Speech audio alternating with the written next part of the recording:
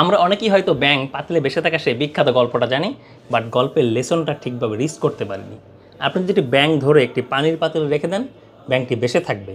আর তারপর যদি আপনি সেই পাতিলের পানিকে আস্তে আস্তে গরম করতে শুরু করেন, ব্যাঙটি আস্তে আস্তে নিজেকে সেই কুসুম গরম পানির সাথে মানিয়ে নেওয়ার চেষ্টা করবে। বাট কিছুক্ষণ পর যখন পাতিলের পানি অনেক গরম হয়ে যাবে, ফুটে যাবে, তখন ব্যাঙটি লাফ দিয়ে জীবন বাঁচানোর চেষ্টা করবে।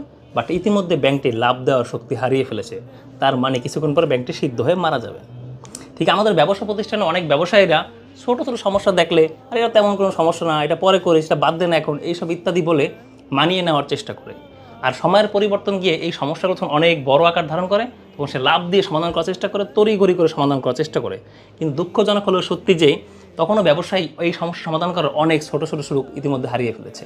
তাই যখনই আপনি আপনার ব্যবসা প্রতিষ্ঠানে কোনো সমস্যা দেখবেন, সাথে সাথে অ্যাকশন নেবেন, সাথে সাথে সমাধান করার চেষ্টা করবেন। আর এটি করতে না পারলে আপনার ব্যবসার অবস্থাও সেই ব্যাঙের করুণ পরিণতির মতো হবে, অর্থাৎ বন্ধ হওয়ার উপক্রম হবে। সো যখনই সমস্যা দেখবেন, সাথে সাথে অ্যাকশন নিন।